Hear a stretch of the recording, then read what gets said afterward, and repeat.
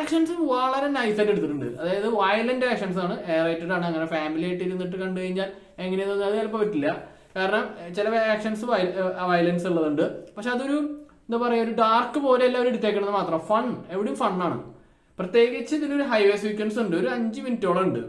അതിൽ കുറെ സംഗതികൾ കാട്ടുന്നുണ്ട്. ഒരു സിനിമാറ്റിക് എക്സ്പീരിയൻസ് ഉള്ള ഒരു 5 മിനിറ്റ്. അതുകൊണ്ട് തന്നെ മുതലാവാന്ന് പറയില്ലേ, അതാണ് എനിക്ക് കണ്ടുകഴിഞ്ഞാൽ മനസ്സിലാവും അമ്മാതിരി സീനാണിത്.